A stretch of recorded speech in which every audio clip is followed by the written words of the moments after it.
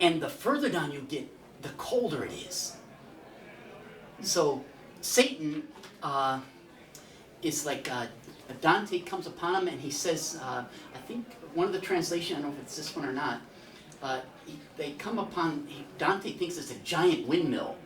He sees these two things flapping, and they're the wings of Satan. He's got like leathery wings like a bat. And Satan is in a sitting in a lake up to his like he's, I think it's like his waist is like here, and then here's his arms, and he's got a head, but 3 faces. Okay, so where my face is, he's got that face, and then where my ears are, he's got 2 faces. And each of the, so he's got 3 mouths. And in each of those mouths, he's eating one of the worst traitors. So in the front mouth, he's eating Judas. In the side mouth, he's eating Brutus and Cassius. But see how Satan is trying to imitate God. God is a trinity of persons. Satan is just one person. He's one individual soul. But he has 3 heads. Because he can't be a trinity of persons like God is, but he wants to be like God. And so he knows that God is Father, Son, and Holy Spirit. And so he has 3 heads. I'll just have 3 heads. And God talks to himself, and God can love himself. And the members of the Trinity love each other perfectly, and they talk to each other perfectly. And so Satan is talking to himself. You know, and it's just gibberish. Number one, because he's got a sinner in his mouth, and you can't talk with your mouth full of food. You know, he's eating these guys, and he's gnawing them and digesting them, and their parts are growing back as he's swallowing them. So as soon as he swallows a part of Brutus, another part grows back. And so he's perennially chewing on this thing, and he can't talk with his mouth full. So all he hears is, it doesn't even make sense. It's like they call the lower area of hell, they call it the city of Dis. It's hard to even converse with the people at this lower level. They almost don't make sense.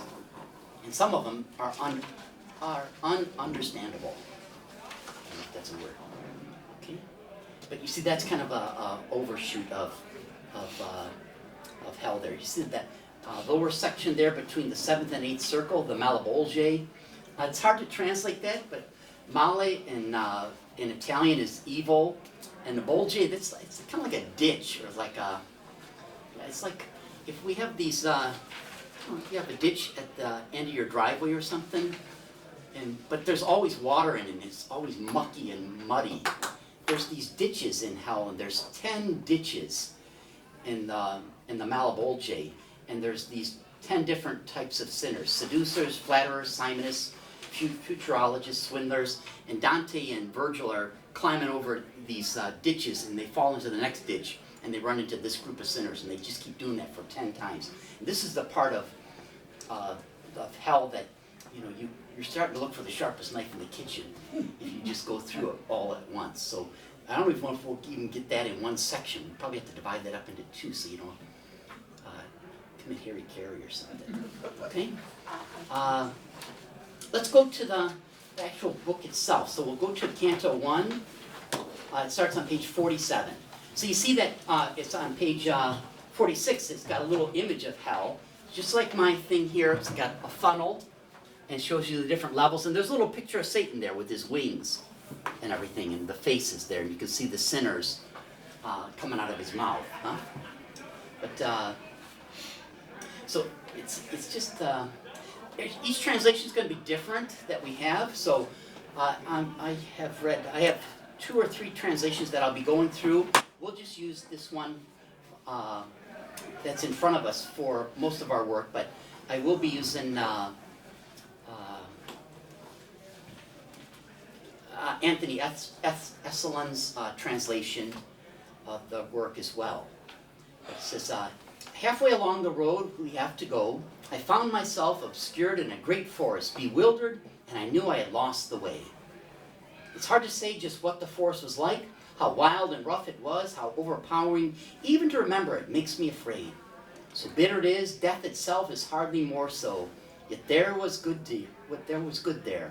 To make it clear, I will speak of other things that I perceived.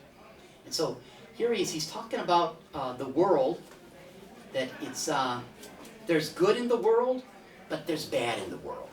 And Dante finds himself at the midpoint of his life in this great forest, and he's frightened. He doesn't know which way to go. You can't that line. You can't see the trees through the forest. It's so dense. He doesn't know where to turn. Doesn't know what path to take. Finally, he winds up. He's looking for this proper way. You see in that Canto 10. I cannot tell exactly how I got there. I was so full of sleep at that point of my journey when somehow I left the proper way. You know, that path that we're always talking about. You know, you get a path in life. It's the path that leads to heaven. You stay on it. You fall off the path, step to the right or to the left, you get off the path. What do? Go to confession, you get right back on to the path. Don't wander. Just you realize you're in sin, that he's talking about when I'm so full of sleep. That's what sin does. Sin clouds your intellect and it dulls your will. Right? So there's always the two parts of the human soul. So this is part of our RCIA then. When your body, what does your body give you? It gives you the 5 senses. So you can see, hear, taste, touch, smell. And you can get information from your 5 senses. Those are the powers of your body. And those are the parts of sin that your body falls into sin with addictions. And it can get you into trouble. But also, there's sins of your soul, or your higher faculties, your intellect and your will. So your intellect is your ability to think and to reason and to know that there is a God and that this God created you and that he wants you to be in heaven with him for all of eternity. Animals don't have this type of intellect. They have the intellect that says, I'm hungry, I gotta go find food. I'm gonna go over to the water bowl when I'm thirsty. If they forget to feed me, I'm gonna go try to get that squirrel in the yard out of the tree. I don't know how I'm gonna do it, but I gotta eat something. And they're not feeding me. You know, there's that intellect of an animal. But the intellect of a human being is that I can know there's a God, that he created me and everything else that I see and even the things I don't see, and that I'm supposed to give my heart to him because he's in love with me. And that's what you do. When you're the beloved, you seek to return the love that your lover gives you. And you can only do that, in the case of God, if you have this intellect. Your intellect can be perverted. And who's got the most perverted intellect? It's Satan himself. So Satan, I don't want to love God, I want to love myself. I'm God. I'm my own God. I'll decide what's right and what's wrong. I don't need God to tell me that. Right? But that's intellect. And the will then is the ability, once I know something, to make a decision. Like I'm looking at that map on the subway system in New York. I know I have to go from here to here. I have to take these trains. Okay, you know which trains to take? Get over to that platform and get the next train that comes on that platform and take it. Right? It's that ability to put into effect what your intellect has told you to do. So the will is when I say yes or no, when I sit down or when I stand up. Okay? And so, how do we get going here? Sleep, he's talking about sleep, he's talking about sin. I was so full of sleep, I was so full of sin, at that point in my journey, I had left the proper way. Sin had dulled my intellect and weakened my will. And I didn't know where to go. I don't know where the path was. I don't know if I was ever on it. I just know I'm lost.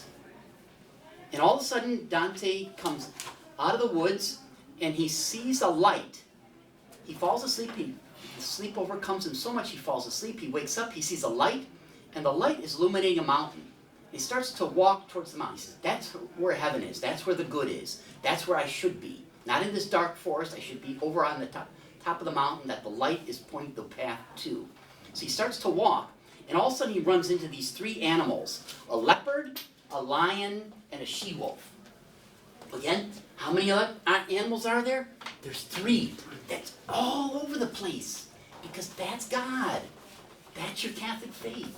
You can't get away from this 3. You know, when we talk about intellect, will, St. Jerome says there's the third part of your soul, your conscience. How do you spell it? Whatever. You know, that's the third part of your soul then, your superpower of your soul. The body gives you 5 senses. Your soul gives you 3 superpowers. Intellect, will, and conscience. Conscience is the ability to know what your vocation is and to live it. So your conscience is the deepest part of your soul. When God created you, He wrote on there what you're supposed to become. Married, single, religious, and then married to this specific person, to have these children, to live at this town and do this, that, and the other thing and get your spouse to heaven. But it's very specific. Conscience is the most intimate part of your soul where God, St. Augustine said, God is there. I look for God outside of me. He's at the deepest part of me. God knows me, is more intimate with me than I am with myself. And we think sin is, God's over there, I'm going to go do my thing over here, I'm going to do this sin over here, and God's not even going to be a part of it. You can't separate yourself from God. He's at your deepest part. He sees everything that you're doing. You know that line in Genesis, God says, calls Adam, and Adam's hiding, and then he says, where were you? Oh, I was hiding from you, God. I knew you were there. You can't fool me. I saw it. I knew what you did. You've eaten it from the tree then, huh? I saw you do that. Why'd you do that? I know why you did it.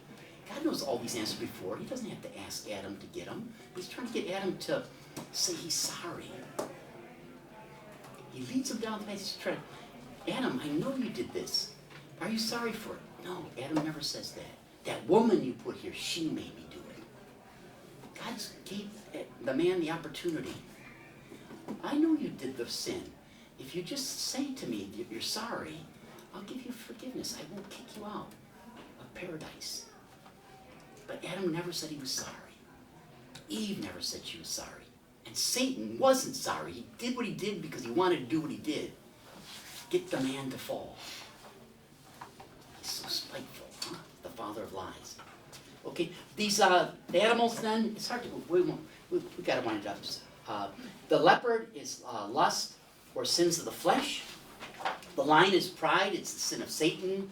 And the she-wolf is avarice or greed or sins of the world. So remember, we always say there's sin, Satan, and the world. Those are our 3 nemesis, right? Each one of us is going to fall to a different one.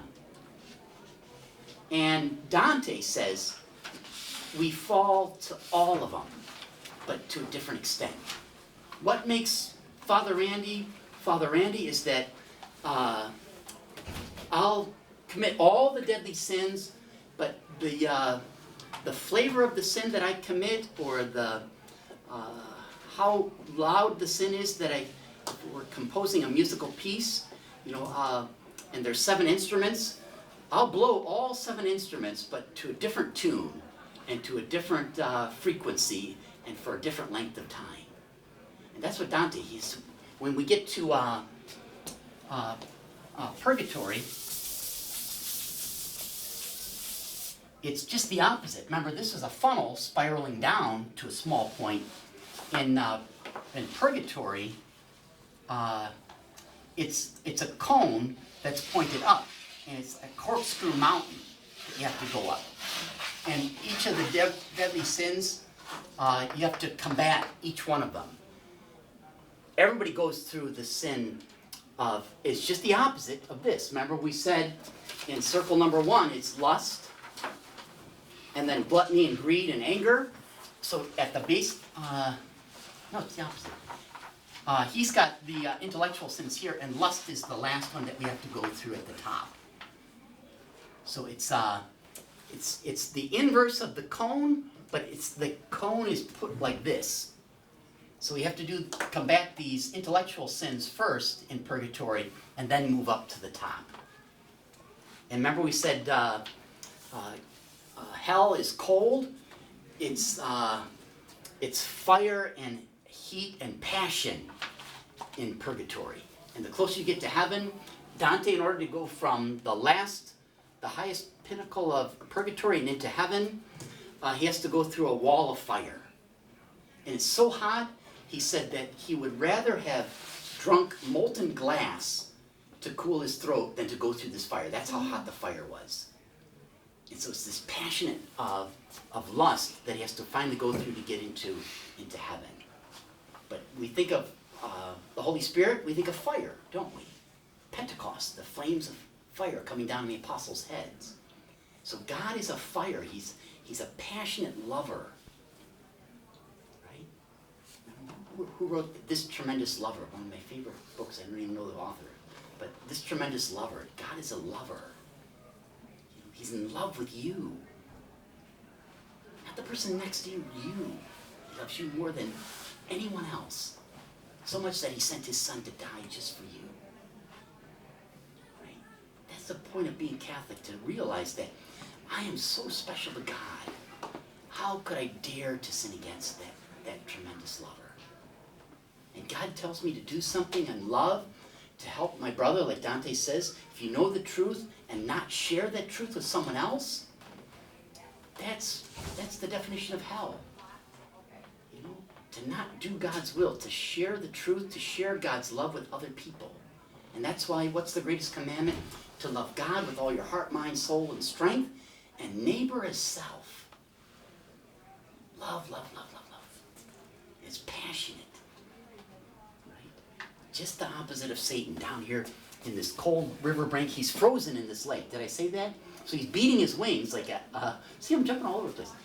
He's beating his wings like a windmill, but he can't move because he's made the water so cold it's frozen. And Satan's crying. He's crying. And so he's just adding to the water. And as soon as the water comes down, it's so cold from his beating wings, it's freezing.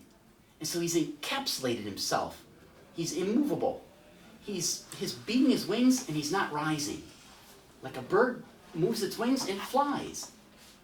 Satan moves his wings and he's impotent. He can't do what he wants to do. Right? He's frozen in this lake. And if he'd stop beating his wings for 1 second, the temperature would heat up, the water would melt, and he'd be free. But I'm God. I rise under my own power. And he doesn't rise at all. See that? It's just fascinating when we finally get down there. And Dante goes through it like that. The Malebolge, we're on it for like 10 chapters, 10 canticles. And we get to Lucifer, and it just has Dante and Virgil. They climb down him, and as soon as they get down to his shanks, all of a sudden magically they're in purgatory. So they have to. Okay, so these animals, the leopard, the lion, and the she-wolf, sins of the flesh, sins of Satan, sins of the world. These animals are preventing him from going up the mountain. He wants to go to heaven. He wants to get on the path. He wants to go to the top of this mountain because that's where he knows God is. But these three animals won't let him go. They're the sins that he's trapped himself in. And it's hard to find out. Different authors will say a different one, but I think he's addicted to all of them. But certain authors, and depending on your translation, will say it's the she-wolf. Certain ones will say it's the lion, and that's why he spends so much time in the Malebolge. And certain ones will say it's lust, because of his attraction to Beatrice. But whatever it is, he's guilty of the sin, and that's what's was preventing him. So all of a sudden, he doesn't know where to go. He wants to go up the mountain, but the animals won't let him. And then he comes upon this mysterious figure, and on page 48 at the very bottom. I was on verse Canticle 58.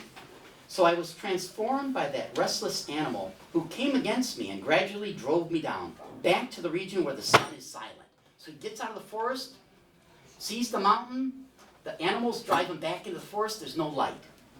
While I rushed headlong to the lower slopes, before my eyes, a man offered himself, one who for long silence seemed to be hoarse. When I saw that fellow in the great desert, I cried out to him, have pity on me. Whatever you are, shadow or definite man. And he replied, not a man, though I was one, and my parents were born of Lombardy, Manituans, both of them. They were born and bred there. This turns out to be Virgil. So the poet Virgil, who Dante idolized, he's his mentor in the poetic verse. Virgil has come to be his guide, and he says, you can't get up the mountain. Those three animals, whatever you're addicted to, they won't let you get up there. You have to go through hell, through purgatory, and then we can enter into the mountain. Doesn't C.S. Lewis do the same thing in The Great Divide, I think? He has the same type of thing. C.S. Lewis is a giant Dante fan. They say that if it's not written in Dante and it's not written in Shakespeare, that it's not a thought that we've had in the Western Hemisphere. That between those two authors, every thought and human emotion is covered by those two. If you only read Shakespeare and Dante, you've read all of Western literature. That everything is just a takeoff on them. And C.S. Lewis would say, see, I stole from Dante. You would ask him that, he would tell you that. So it turns out that Mary, whose feast day we're celebrating here with the holy name, she sees how lost Dante is. She goes to St. Lucy. So Dante is a big St. Lucy fan. She's the patron saint of eyesight, people that have eyesight trouble. Dante can't see the path. So Mary goes to Lucy and says, you have to show him the path. Lucy goes to Beatrice. So it says on page,